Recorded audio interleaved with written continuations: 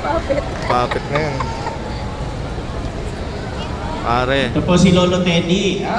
Teddy yan eh. Nasaan tayo? Dito po tayo sa Inares. Ang dami pong kabataan hanggang sa dulo, hindi nyo lang makita kasi spotlight lang eh. Sigaw nga kayong lahat. Hello, Lolo Teddy! Hello! Ang dami. Madami. Oo. Ano to? Marriage conference? Hindi po, mga kabataan yan. Gen Z.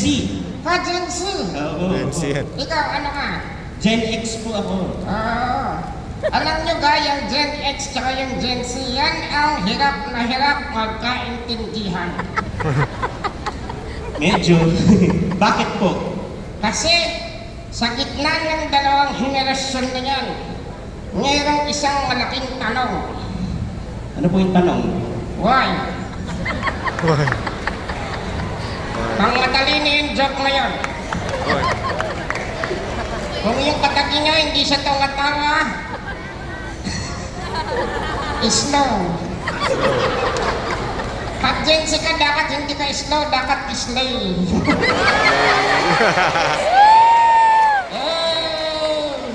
Sheesh! Oh, isa kami, isa. Oh, salamat sa inis ko po. Oo.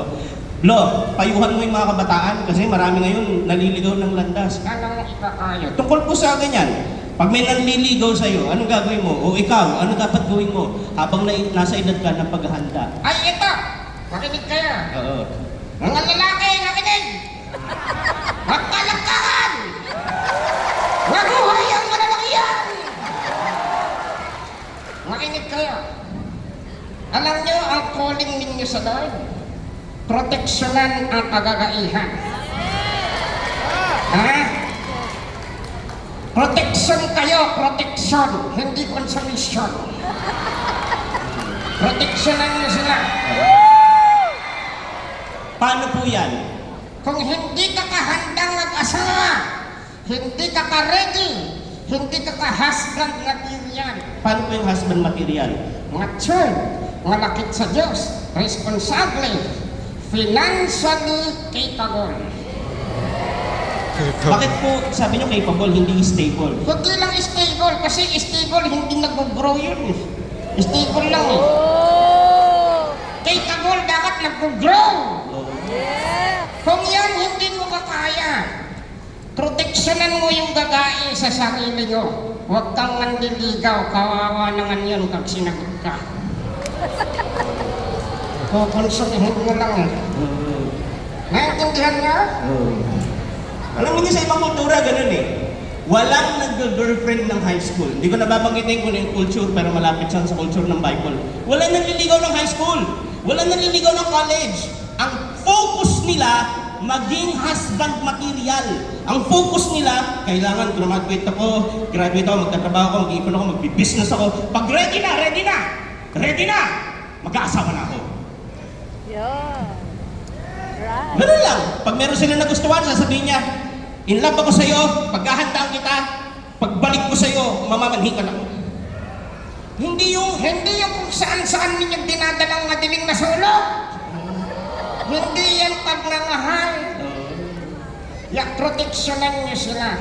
Naghanda kayo, ikaghanda nyo kung saan nyo ititira yung kakangasawa nyo, anong kakainin, gano'n. Amen? yung mga babae. Mga kakain, maghanda kayo. Kailangan naging kayong wife material. Paano po yan? Maging loyal kayo sa Lord at sa magiging asawa nyo. Mister, ganun din yan, maging loyal ka sa magiging asawa mo. Hindi pa nila kasama? Oo, pinagtitrain mo ka lang. Magiging loyal ka na. Hindi mo pa kasama, magiging loyal ka na kahit hindi mo pakilala. Oo, kasi pag yan nagawa mo, hindi ako magre-relasyon. Para, hindi ako maglalaro-laro dyan, mga fling-fling. Para, pag dumating yung para sa akin, gugong-gugo ako. Pag yan nagawa nyo, loyal ka sa hindi mo pa nakikita. Mas madaling maging loyal pag kasama mo na.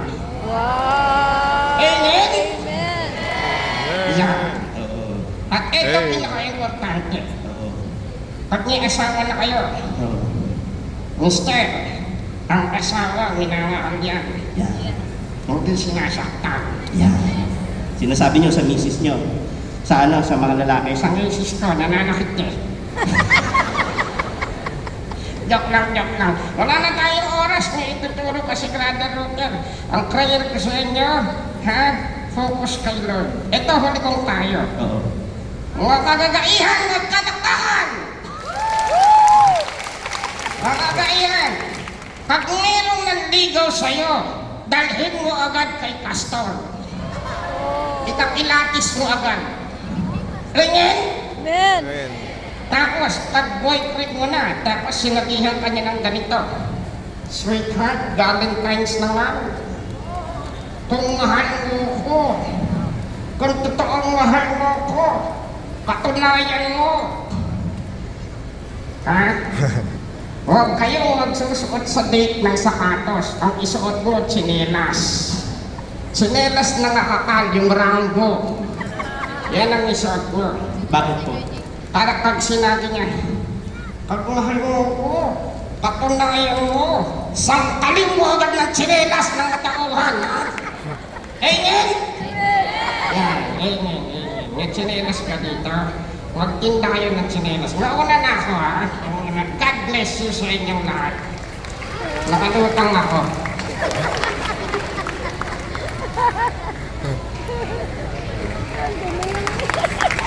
Ayan si Lolo. Hello, hello. Pikit kayo lahat.